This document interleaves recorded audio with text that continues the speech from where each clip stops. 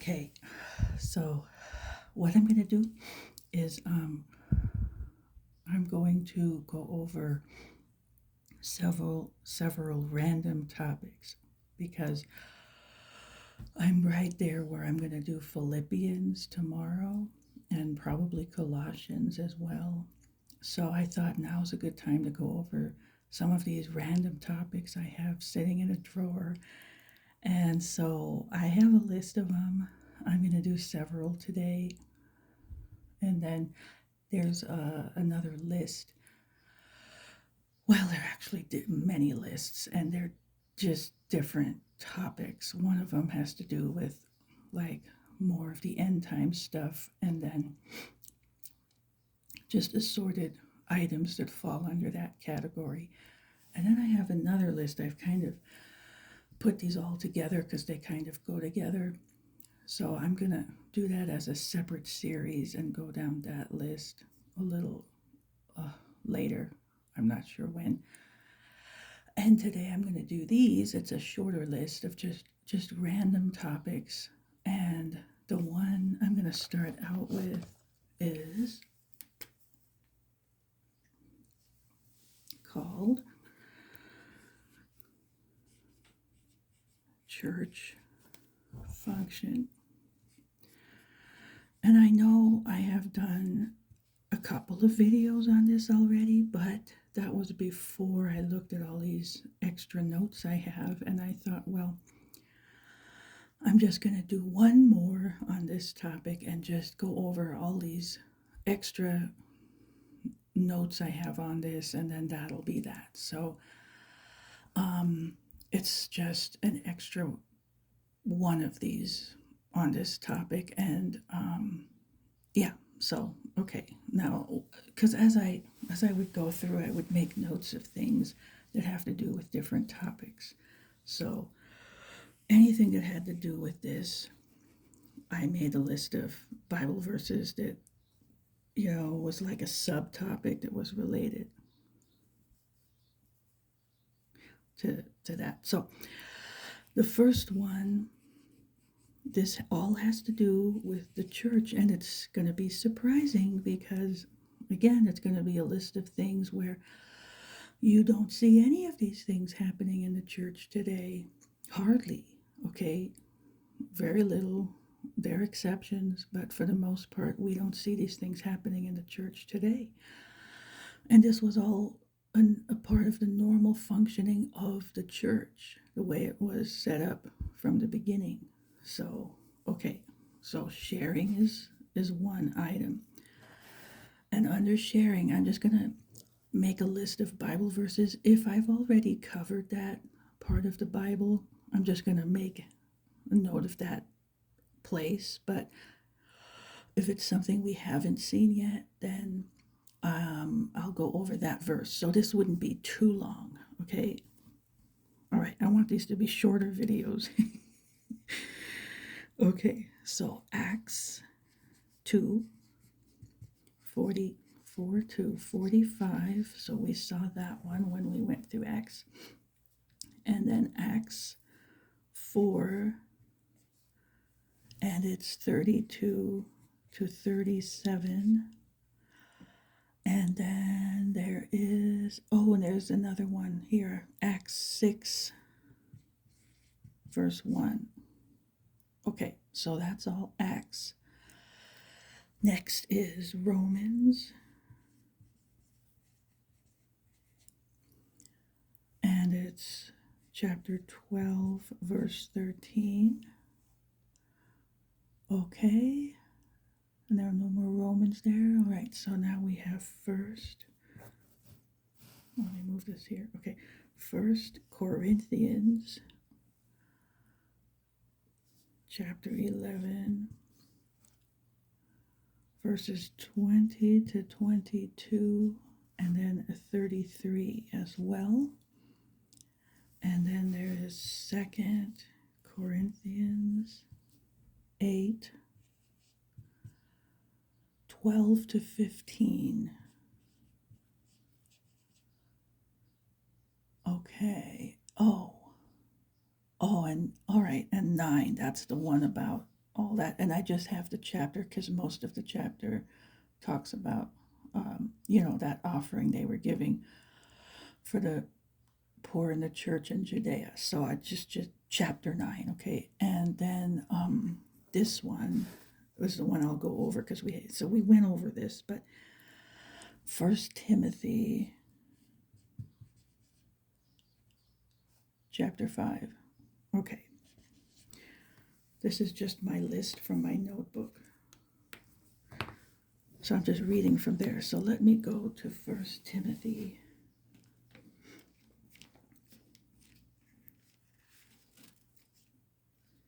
Yeah, First Timothy 5.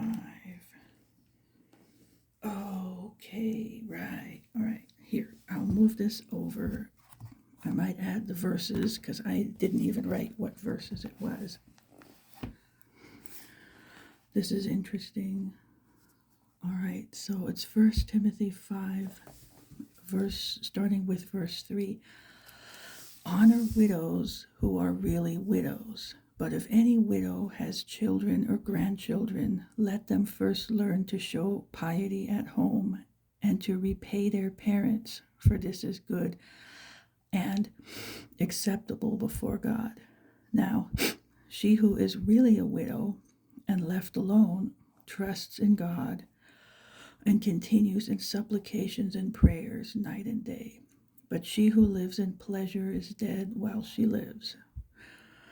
And these things command that they may be blameless. But if anyone does not provide for his own, and especially for those of his household, he has denied the faith and is worse than an unbeliever.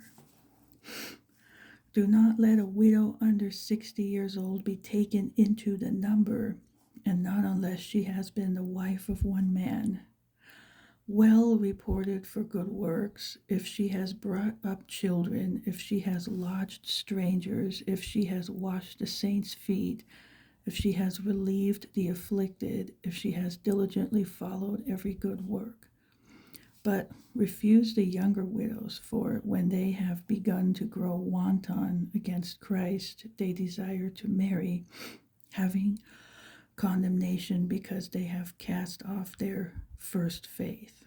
And besides, they learn to be idle, wandering about from house to house, and not only idle, but also gossips and busybodies, saying things which they ought not. Therefore, I desire that the younger widows marry, bear children, manage the house, give no opportunity to the adversary to speak reproachfully, for some have already turned aside after Satan. If any believing man or woman has widows, let them relieve them, and do not let the church be burdened, that it may relieve those who are really widows.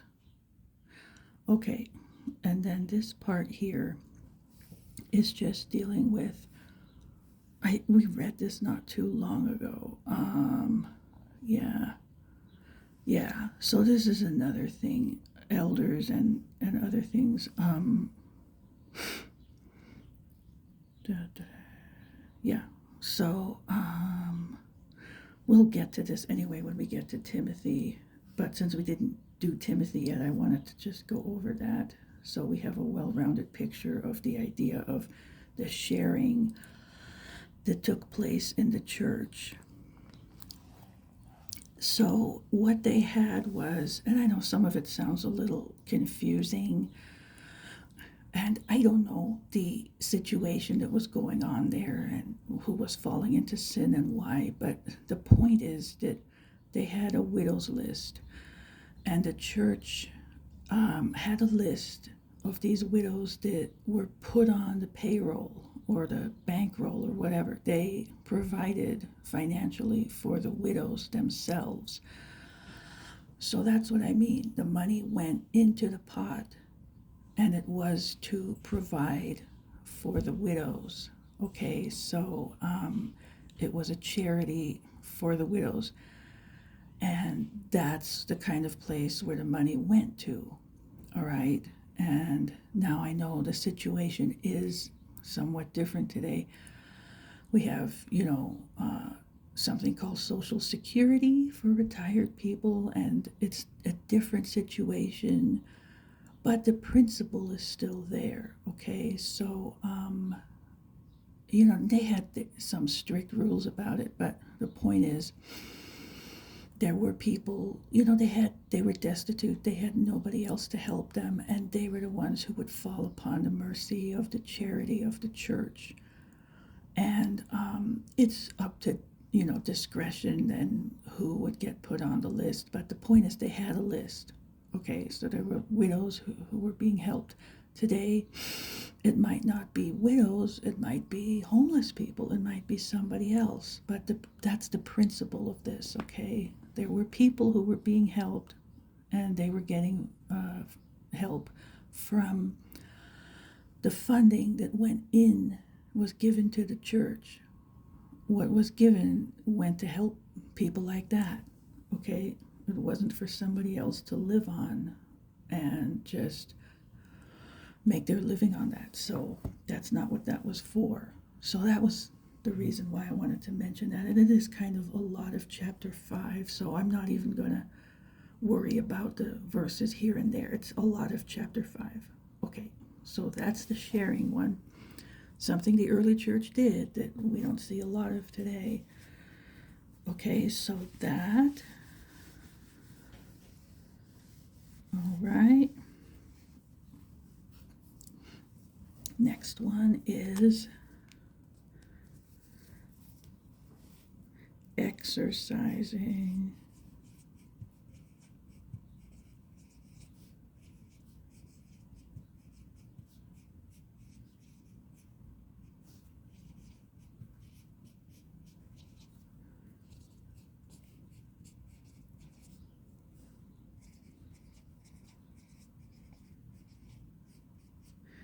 here. Exercising spiritual gifts at the assembly. Okay, so this we also don't see. They did it back then, it's still for today, but we don't see it because they don't give room to it. I have been to different types of churches, and I mean, of course, they're the types that they don't even want to acknowledge any of that. That's a different issue. But even churches that claim to believe in the spiritual gifts for today, they claim to be spirit filled and all that kind of thing, it's also not happening there. And if anything, there are places where there is something happening, and what's happening is totally not what's legitimate. It's just all this wild stuff. Okay, so it's out of everybody, every single member will be speaking in tongues at the same time. Okay, that's not biblical, and we just talked about that in Corinthians. So, okay, that's not going to help anything either. Whether it is they're legitimate, if they have the gift legitimately, or they're just faking it, either way, I mean, that's not the way to operate. So we just looked at that in Corinthians. So anyway, that's a no.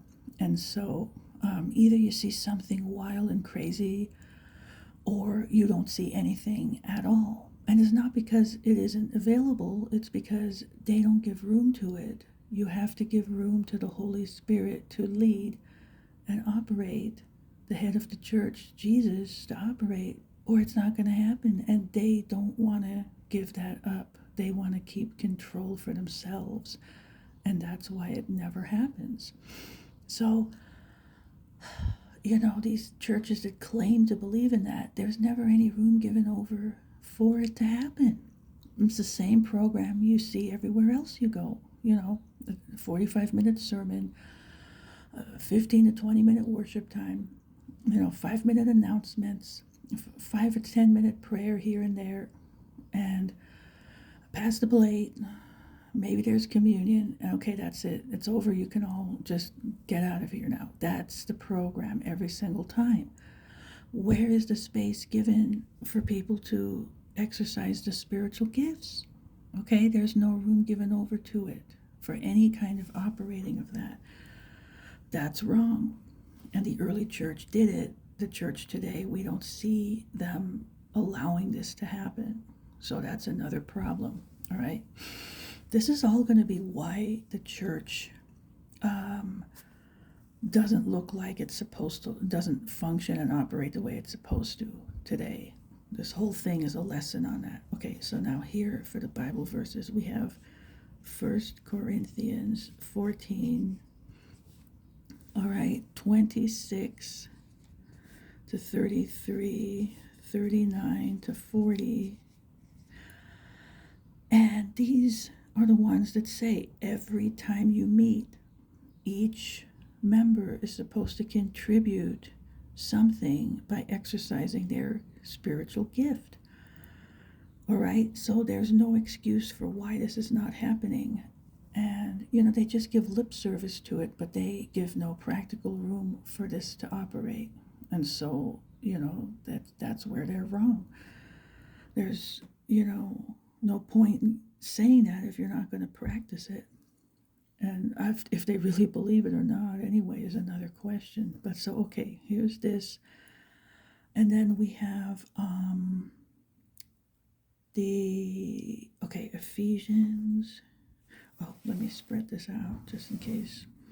All right, Ephesians, and I'll abbreviate 4:11 to 16. And we did cover these.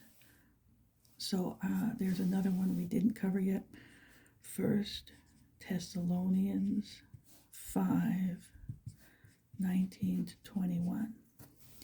So I'll do that one because that's new.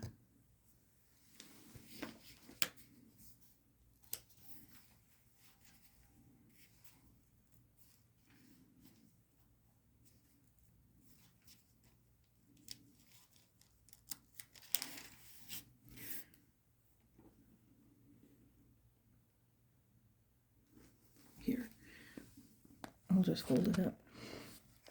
It's just a short one here. 19. Do not quench the spirit. Do not despise prophecies. Test all things. Hold fast what is good. Abstain from every form of evil. Okay, there was another one too where it says, do not forbid to speak in tongues. That must have been up here in Corinthians.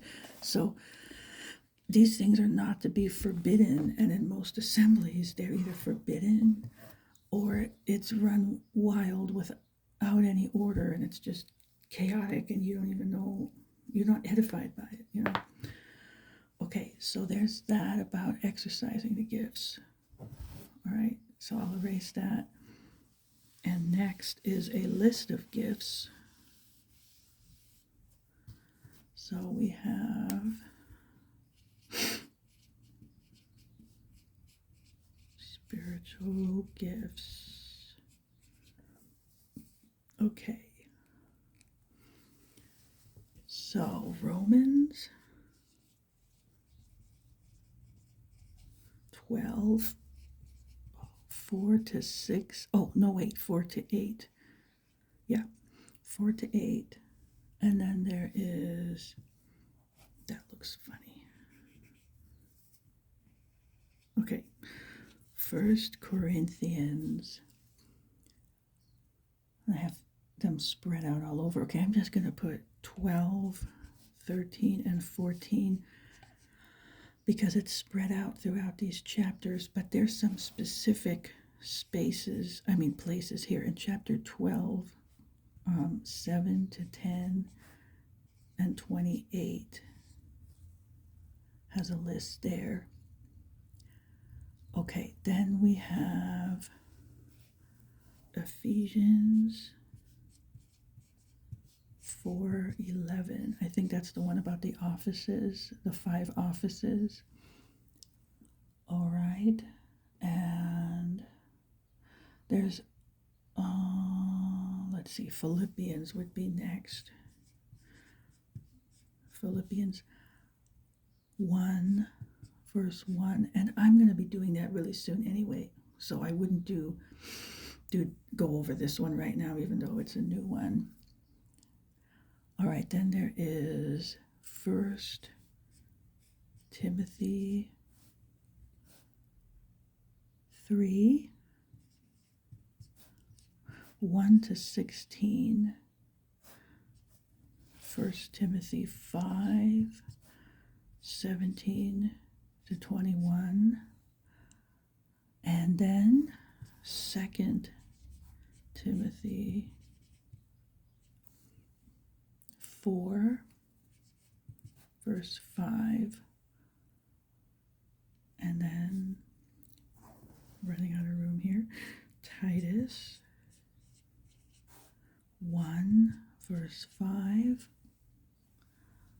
and I'm just going to squeeze this one over here, 1 Peter 4, 10 to 11. Okay, so that is everything here when it comes to these lists of spiritual gifts. I'm not, we covered up till here. This is next. This is kind of long. That's kind of, this is one verse, but this is all, and then Titus. That's short, but this one is short. I think I'll do this one. I'll just pick one and do that one. So, 1 Peter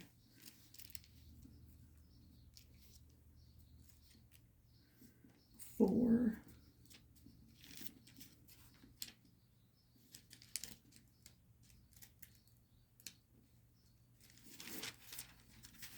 10 to 11.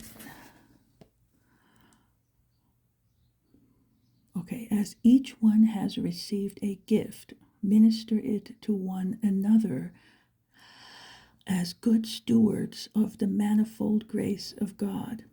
If anyone speaks, let him speak as the oracles of God. If anyone ministers, let him do it as with the ability which God supplies, that in all things God may be glorified through Jesus Christ, to whom belong the glory and the dominion forever and ever. Amen. Okay. Yeah, that should show up. All right. So, anyway, here's the list, so you can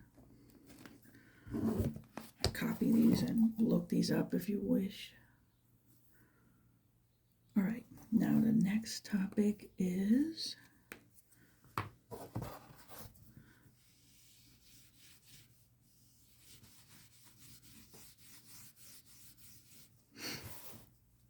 how we are God's temple. Okay, we are the temple of God. All right, so here we have 1 Corinthians 3, 9, and then 16 to 17, and then 6, 19. Okay, and then we have 2 Corinthians 6, verse 16, Ephesians 2, verses 19 to 22. And then the last one, and these, we went over all this, so the last one is Hebrews 3, 6, and that's a short one, so I'll go over that one.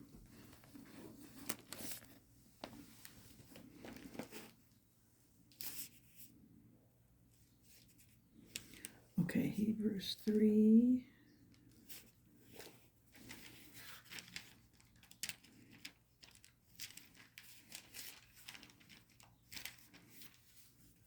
Verse 6. But Christ as a son over his own house, whose house we are, if we hold fast the confidence and the rejoicing of the hope firm to the end. Okay, that also happens to be a verse that will go on my other list too. Okay, so anyway, but there's that concept. All right, I'll just add that when I get to it. There are a lot of them. Okay, so that's the temple one. Now I will leave the list here while I look up the next next item here.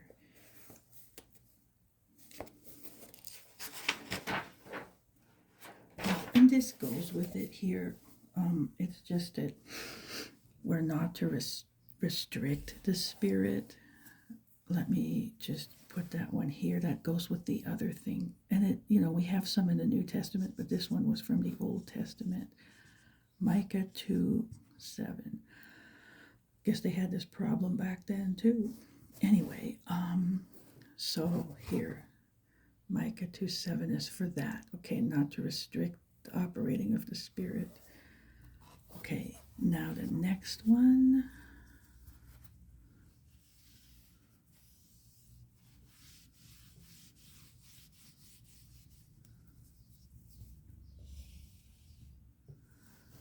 Is, and this says, not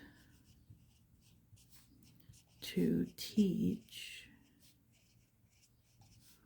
for pay. Anyway, there it is. Okay, Micah. So, it's a different thing. It's not saying you can never get paid to teach, but your motive should not be to get paid. Like that's the only reason you're teaching is to get paid for it. So there's a fine line somewhere. I'm not sure where, but good thing to check your motives if, that's the case here, and make sure that's not the reason why you're doing it. Okay, 1 Corinthians 9, verse 18. And then John, so the Gospel of John, chapter 10, 1 to 18. Okay, so there are more places kind of that address that, but this is a long enough list for now. Okay, so next is, let me do this one first. This is just general functions. So I think it was like titles or things. So I'm just going to write this down. Okay, James 5:13 to 16. Then we have 1 Corinthians. Oh, okay, I see what I was doing with this. This is general functions. Okay, fine. 1 Timothy 3 and 5. Okay, so not 3 verse 5, chapters 3 and 5. So we kind of covered this anyway. All right. Titus 1 talks about this.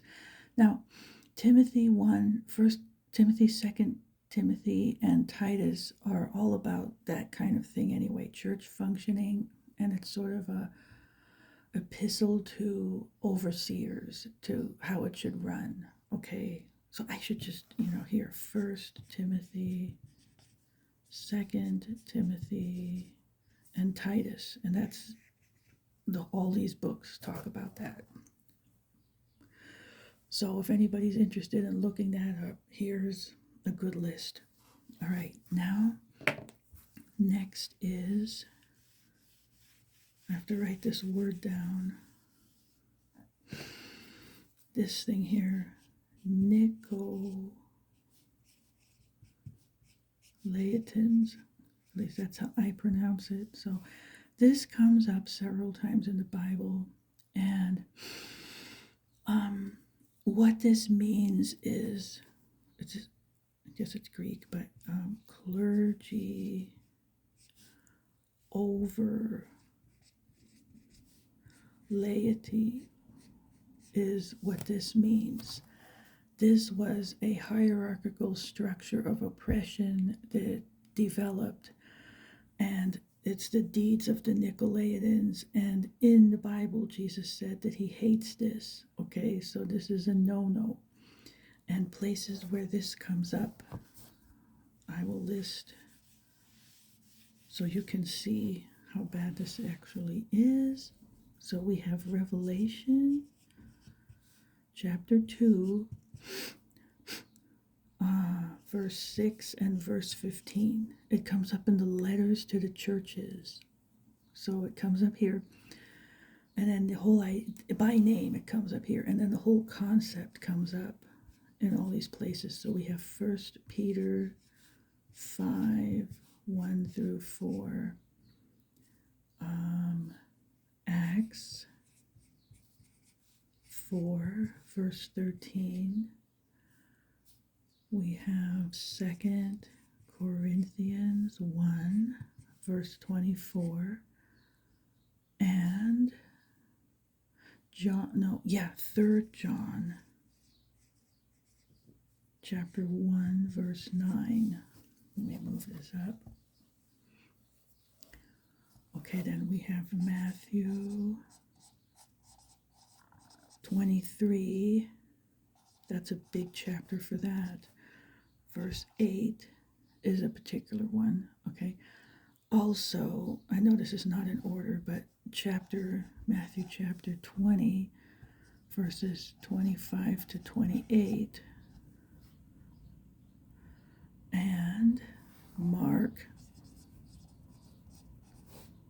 chapter 10, verses 42 to 45.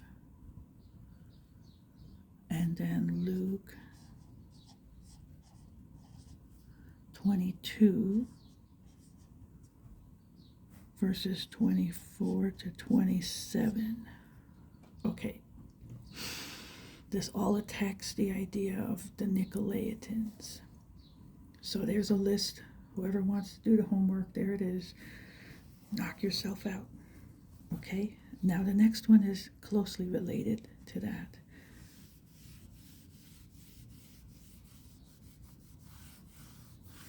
This one is priesthood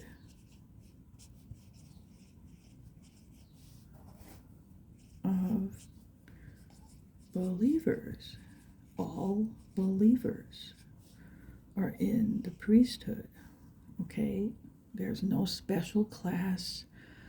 We just refuted that with the Nicolaitan thing, okay? So it's everybody. We're all in the priesthood of believers. There's no special clergy class, okay? So that's where this concept comes from, the priesthood of believers. And, it's something people used to know more, and now they don't seem to realize this anymore. So many things are kind of slipping away, and that's one reason why I'm just doing all this, to preserve what I can. So 1 Peter chapter 2, verses 4 through 5 and 9 through 10. And then we have Revelation 5, verse 10. That's specifically that topic right there. The whole church is the priesthood of believers. There's no special class for that. Nobody gets to lord it over anybody else, okay? It's on an equal footing. It's a level field. That's it. Okay. Now, a couple more here. These are kind of short, so I'm just going to put them all on one page here. Okay, so the Spirit is our teacher. He teaches us. We're taught by the Spirit. And if you're really listening, that's all you need, okay? So 1 John chapter 2, verses 26 to 27. 1 Corinthians chapter 2, verses 13 to 14. All right. And then there's an extra one here about, make a line, good shepherds. It's only this one verse. So I'll just attach this at the bottom here. It's in 1 Peter. I might have had this already, but okay. 1 Peter 5, 1 through 4. Many times these things apply to more than one thing, so I'll have it on multiple lists.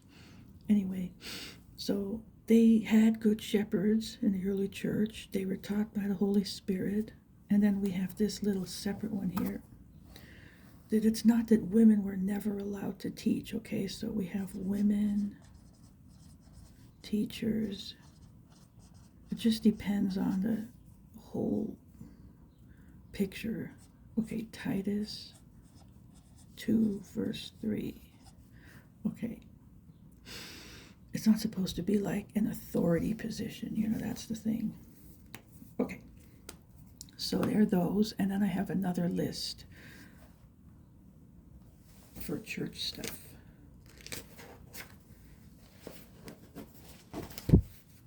Okay. Yeah, this video is going to be long enough. I try, but there's just so much.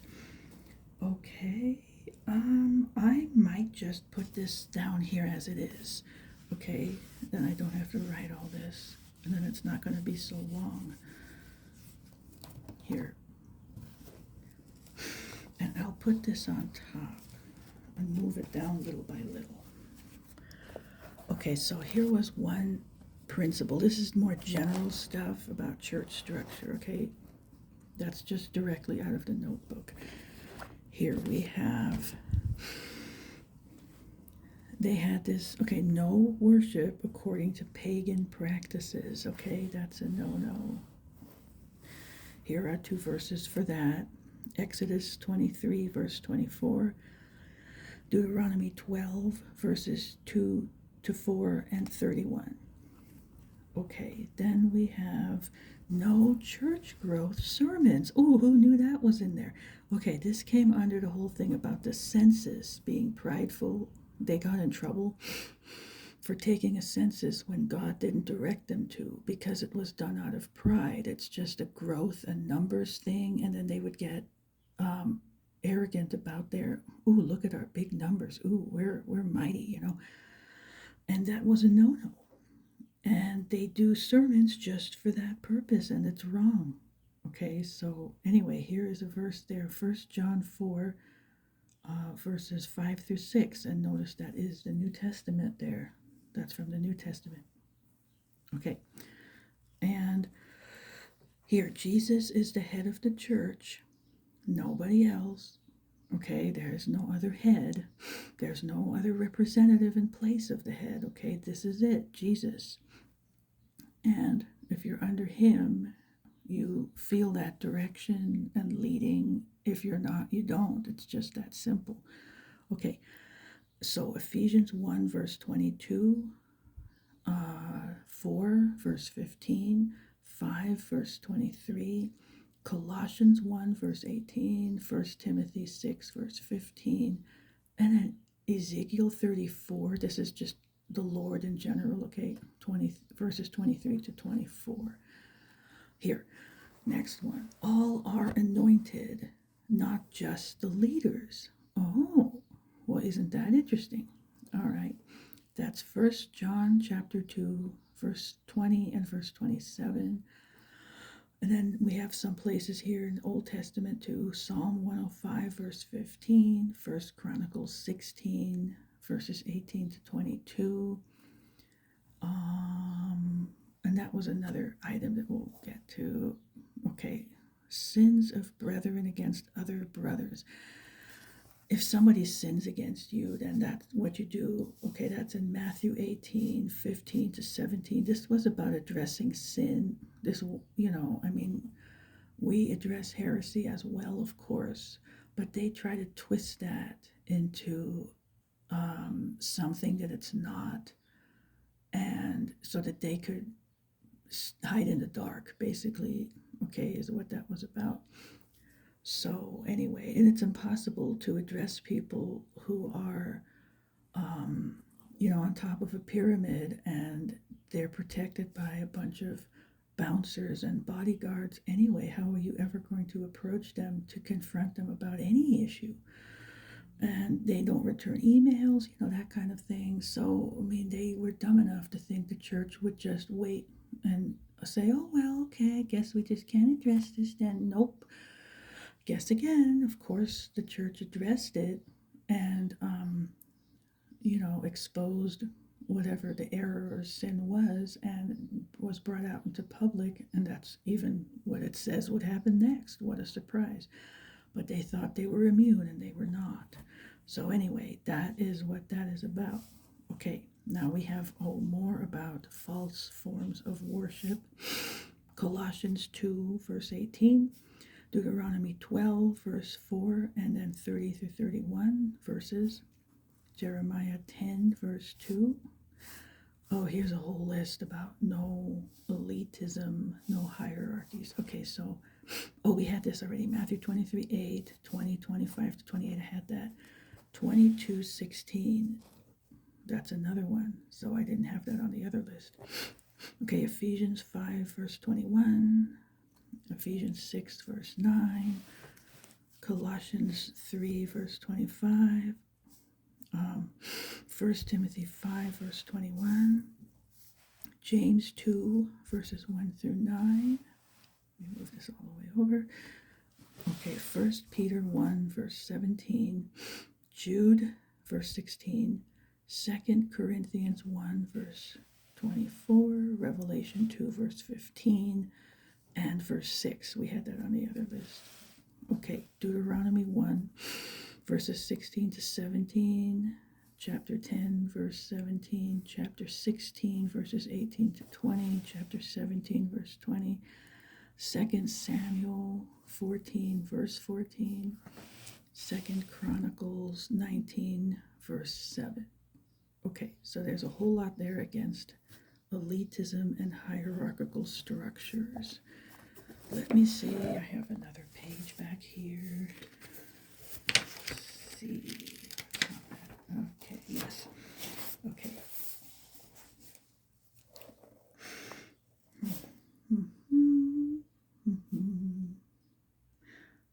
All right. Now, this one.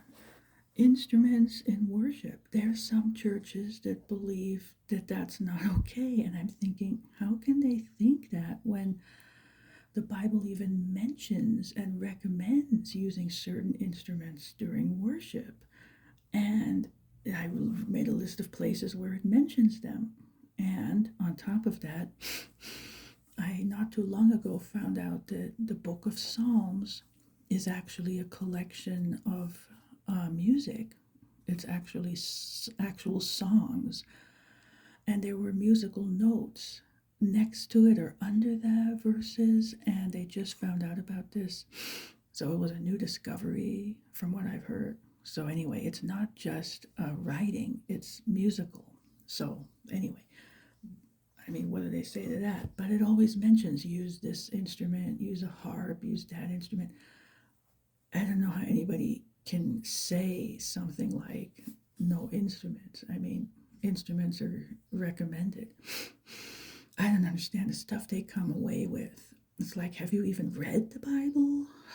I could go on about that. All right, anyway, so we have for this that instruments are good in worship. Psalm 33, 68, verse 25, 81, verses 1 through 3, 87, verse 7, 92, verses 1 through 3, 98, verses 4 through 6, 144, verse 9, 147, verse 7, 149, verse 3, and 150, verses 3 through 5. And then there's 1 Chronicles 15, verse 16. Okay, all about musical instruments in worship. This is interesting here. People only wanting positive messages, and that is wrong. Okay, there was a lot of this going on back when Israel was falling under judgment and being about ready to be exiled to Babylon, and there were a lot of warnings given to the prophets, and they didn't want to hear it because it didn't sound positive, and so that's too negative. And they thought, like, you're not going to change it by saying something different. You're honestly not. They got exiled to Babylon, and that was it. So that was the end of that. But anyway, it's like they're hiding from the truth, and they don't want to know the truth. And so God rebukes them for only wanting to hear positive things. Okay, so we have a list here for that. 1 Kings 22, Ezekiel 13, 10 and 16, Jeremiah 6, verse 14 and 8, verse 11 and 38. So it's probably most of that chapter. And then wolves among sheep. This is warned about in many places. So Acts 20, 29 to 35, Romans 16, verse 18, 2 Corinthians 11, 13 to 15, Galatians 2, verse 4, Philippians 3, verse 2, 2 Timothy 3, verse 13, 4, verses 3 to 4, 2 Peter 2, verses 1 to 3. Okay, and here, leaders don't have dominion over our faith. 2 Corinthians 1, verse 24. And I just read that. It sounds very familiar. Okay, there is judgment on false shepherds. So Jeremiah 23 is a big one. 25, verses 34 to 38. Ezekiel 34 is a big one. Malachi chapters 1, 2, and 3, and then in particular verses 7 to 15 in that chapter 3. Okay, so there's that list. And then over here, last page, almost there. All right, baptism of the Holy Spirit continues beyond Pentecost. All right, so we have verses, Acts 8, 15 to 16, 18, 24 to 28, 19, 1 to 7, 10, this didn't go in order, 44 to 48, 1 Corinthians 12, verse 13, and Romans 5, verse 5. That's in general, okay?